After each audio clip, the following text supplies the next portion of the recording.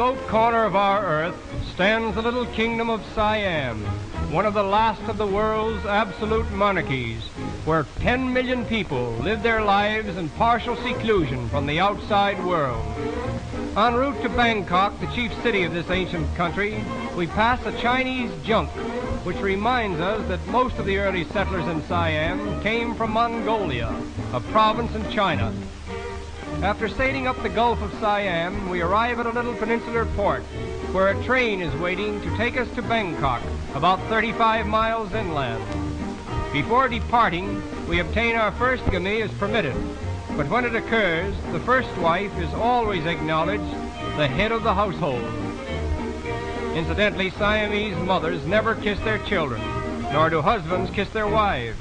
Instead, they rub faces together. This little banquet is interrupted by the warning whistle from our train. And now we are en route to Bangkok.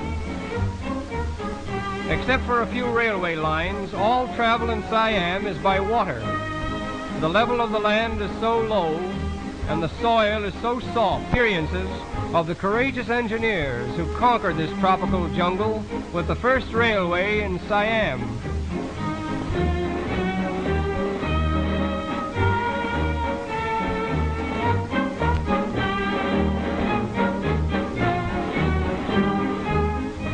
The products of the soil consist of rice, sugarcane, coconuts, and all kinds of fruits, which are loaded in boats and paddled up to Bangkok along a whole network of rivers such as we see here. We arrive at Bangkok, the capital and chief city of Siam, covering more land area than any other city in the world except London. We are immediately educating and modernizing the rising generation of Siam. We are told that this king has 236 brothers and sisters. His father had. Siamese are an artistic people. Their architecture, dancing, and music are highly developed in strict accordance with the traditions of Indo-Chinese art. Siamese architecture is chiefly exercised in connection with religious buildings devoted to Buddhism. Buddhism, the Orient's most powerful religion, was brought to Siam from India as early as the 2nd century A.D. It is the national faith of Siam. Buddhism is not based upon divinity. When the people go into a temple and kneel before Buddha, they reverence him, but never do they forget that he was once a man, and that in time they may become even as he is. The women of Siam appear to be the most constant followers of this religion. They spend much of their time in and around the temples with their children, instilling them with the Buddhist faith.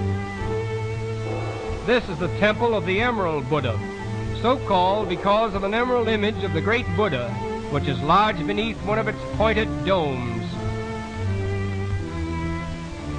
Our tour of the temples is interrupted by a visit to the famous Pasteur Institute, where venom is extracted from the most famous houses of worship in the country. Religion influences the life of the Siamese at every turn. He is always under the direct tutelage of the yellow-robed priest.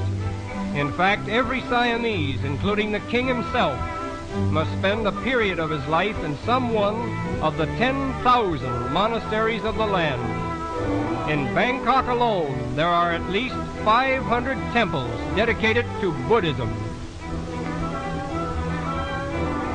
As we think of the strength of this faith called Buddhism, with its millions of followers, and compare it to our own, we cannot help but feel a certain embarrassment in presuming to think that our particular religion is the only one in the world of any importance.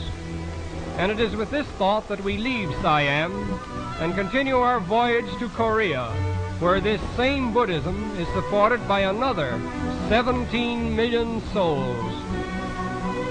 We arrive at the port of Seoul, the chief city, where the unofficial reception committee is composed of a rather curious gathering. All as anxious to see us as we are to see them. The white-robed gentleman with the funny hat is the main attraction.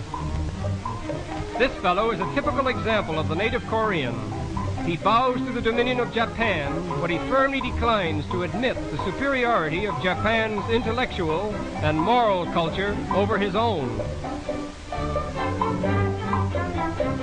Japanese Empire. Here in the new palace, amid the regal splendor of a departed era, the former king of Korea lives on the bounty of his Japanese masters. The streets of Seoul illustrates how thoroughly the Japanese are assimilating Korea. Somehow the women of Seoul seem to be the dominating sex, and we wonder if this dates back to a certain custom that was once rigidly enforced. Every evening at exactly 9 o'clock, a curfew bell was rung as a warning for all men to hurry home and remain indoors so that the women could enjoy the freedom of the streets. This law, however, has been abandoned, perhaps at the request of the ladies themselves.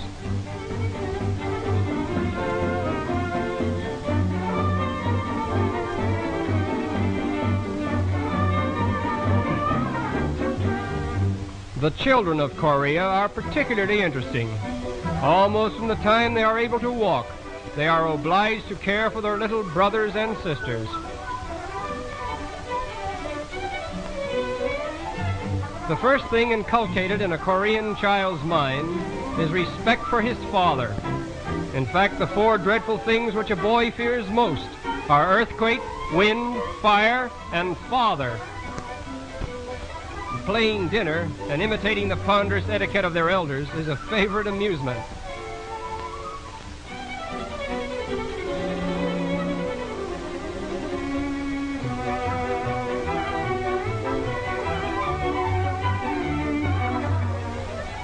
This little tot was most reluctant about permitting us to photograph the baby on her back.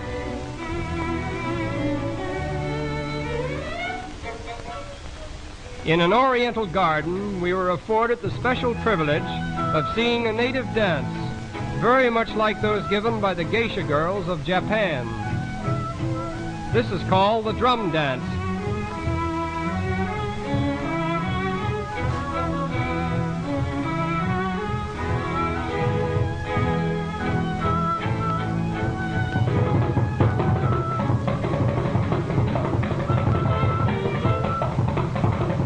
Whatever else we may have seen in Korea, we will never forget the gentlemen with the white robes and the horsehair hats, for they are Korea personified.